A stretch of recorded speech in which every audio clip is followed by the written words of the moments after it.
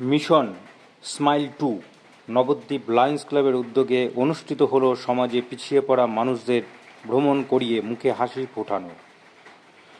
বিভিন্ন জেলার থেকে পুরুলিয়া ও সুন্দরবন, নাগরাকাটা ও নদিয়ার বিভিন্ন এলাকা থেকে প্রায় 100 জন বয়স্ক পুরুষ মহিলা তীর্থ নগরী নবদ্বীপ ধামে নিয়ে এসে সমস্ত মঠ মন্দির পরিদর্শন করান লায়ন্স ক্লাবের পক্ষ থেকে। এই লায়ন্স ক্লাবের পক্ষ থেকে সমস্ত ষাটোর্ধ্ব ব্যক্তিরা এই ভ্রমণ পরিক্রমায় অংশগ্রহণ করেছিলেন। তাদেরকে সকালে মণিপুর ঘাটে স্নান করিয়ে মণিপুর রোডের দেওয়ারাপাড়া মহানির্বাণ মঠে আনা হয়, সেখানে মালা চন্দন দিয়ে বরণ করে নেওয়া হয়। এরপর দুপুরে ঠাকুরের প্রসাদ খাওয়ার কিছুক্ষণ বিশ্রাম নেওয়ার পর চৈতন্যভূমি নবদ্বীপের গৌরাঙ্গ মহাপ্রভুর স্মৃতি বিচারিত বিভিন্ন মন্দির দর্শন করায়।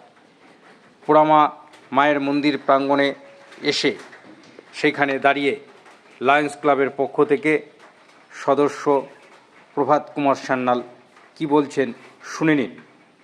আজকে আমরা সেবামূলক যে কাজটা করছি তার মধ্যে আছে পুরুলিয়া এবং সুন্দরবনের যারা একদম বিলো পভার্টি লেভেলে থাকে তাদের প্রায় 100 জন লোককে আমরা নবদ্বীপের তীর্থস্থান দর্শন করাচ্ছি, মায়াপুর দর্শন করাচ্ছি এবং তাদের হাতে আমাদের যেসব সেবামূলক কাজগুলো করি তাতে যেসব সাহায্য দেওয়া হয় সেগুলো তাদের হাতে আমরা তুলে দিচ্ছি। এটা আজকে আমাদের একটা প্রোগ্রাম, আমরা সারা বছর ধরে এরা বিভিন্ন পরিষেবা দিয়ে থাকি। আজকে এই কর্মসূচি রাখা হয়েছে শুধু? আজকে এই কর্মসূচি আছে, আজ আর কাল দুদিন আছে।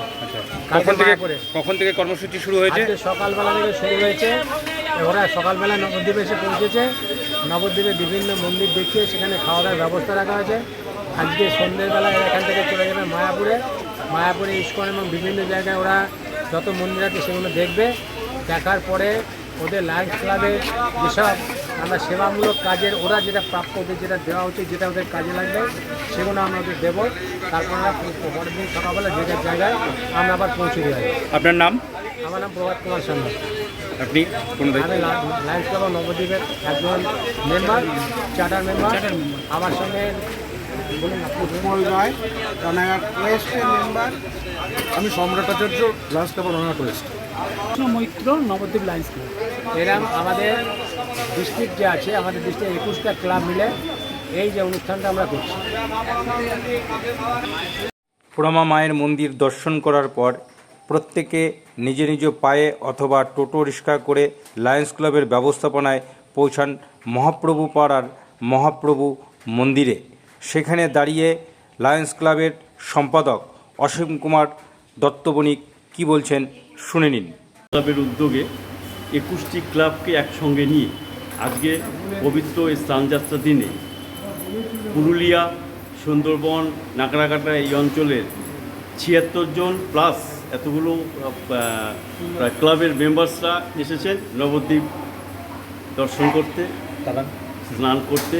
সকালবেলা প্রোগ্রাম ছিল গঙ্গা স্নান, তারপরে দুপুরবেলা মহানির্বাণ মঠে প্রসাদের ব্যবস্থা, তারপরে একটু বিশ্রাম করার পর নবদ্বীপের দর্শনীয় যে মন্দিরগুলো আছে সেগুলো দর্শন করানোর জন্য।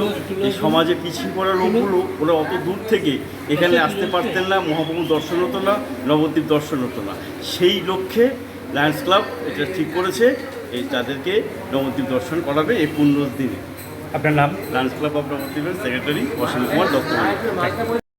সুন্দরবন থেকে আগত দর্শনার্থী গোপীকৃষ্ণ দাস অধিকারী কি বলছেন শুনে নিন। নবদ্বীপ সহ কোথায় যাবেন? নবদ্বীপ সহ মায়াপুর। আচ্ছা, কি নাম আপনার? গোপীকৃষ্ণ দাস অধিকারী।